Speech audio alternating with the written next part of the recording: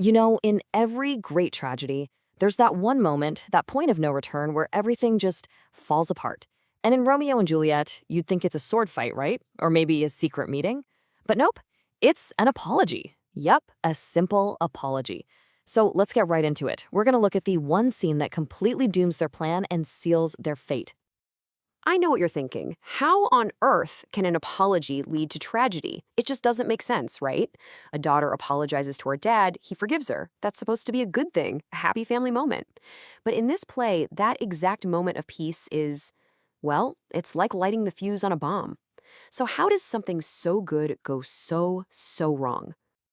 All right, to really get this, we've got to picture the scene. We're in the Capulet house. They're supposedly getting ready for this big wedding between Juliet and Paris. But the vibe is not festive at all. See, Juliet has just told her dad she won't marry Paris, and Lord Capulet is, well, he's furious. I mean, absolutely steaming. You can just feel the tension.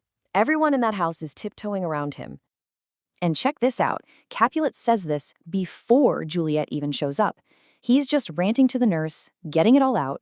He calls her a peevish, self-willed harlotry. Whoa, this isn't just a dad being a little annoyed, you know? This is pure, unfiltered rage. He's seeing her as this completely defiant, ungrateful child.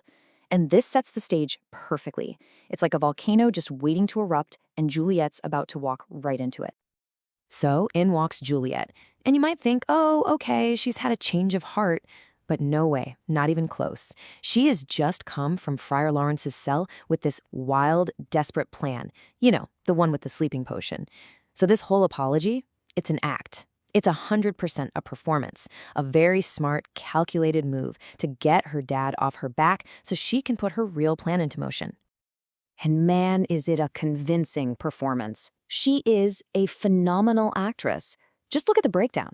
She doesn't just say, sorry. First, the gesture. She literally throws herself at his feet. Bam!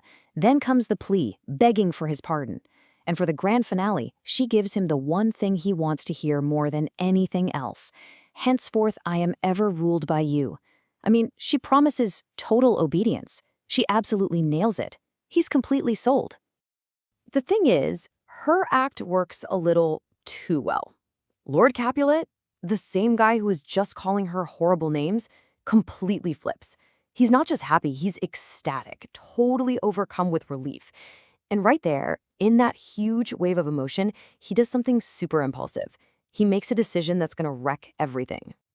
And you can see the change right here in the text. It's like night and day. One minute she's my headstrong, and the next, he's exclaiming, my heart is wondrous light. The change isn't gradual, it's instantaneous. All that boiling rage just vanishes. And what's left is this giddy, almost reckless joy because he thinks he's gotten his obedient daughter back. And boom, here it is. This is the exact line, the point of no return. In his moment of total joy, he's not thinking straight. He blurts out, I'll have this knot knit up tomorrow morning.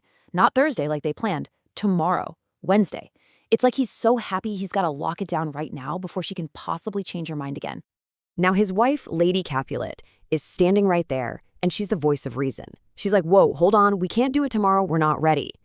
She tries to pump the brakes, saying, no, not till Thursday, but he's not having it. He's on such an emotional high that he just steamrolls right over her. He's like, don't worry about it, I'll pull an all-nighter, I'll get it done. He's become totally reckless. Okay, so you might be wondering, what's the big deal? It's just one day. But that one day, that single day, is absolutely catastrophic. Why? Because Friar Lawrence's entire plan is built on a very delicate timeline, and Capulet just took a sledgehammer to it. 24. That's the key number here. 24 hours have just been wiped off the clock. That's all it takes. This plan was already risky. I mean, super risky. But with those 24 hours, it had a chance. Now, the plan is basically impossible. Any tiny bit of wiggle room they had is completely gone. Let's just walk through how this completely unravels the plan.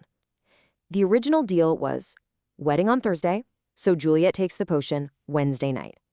That gives the messenger plenty of time to get to Romeo and Mantua with the message, hey, she's not really dead. Simple enough. But now, Capulet moves the wedding to Wednesday. That means Juliet has to take the potion tonight on Tuesday, a full day earlier. And that means the poor messenger has 24 fewer hours to make that trip. The weakest link in the whole plan was always getting the message to Romeo. And now, it's pretty much guaranteed to fail. And this, right here, is the beautiful, brutal irony of it all. Juliet's deception was a success. Her acting was too good. She got exactly what she wanted from her dad.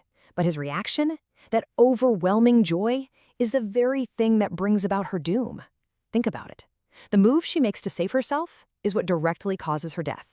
It's just this perfect, awful chain reaction, a line of dominoes knocked over by one happy, impulsive guy.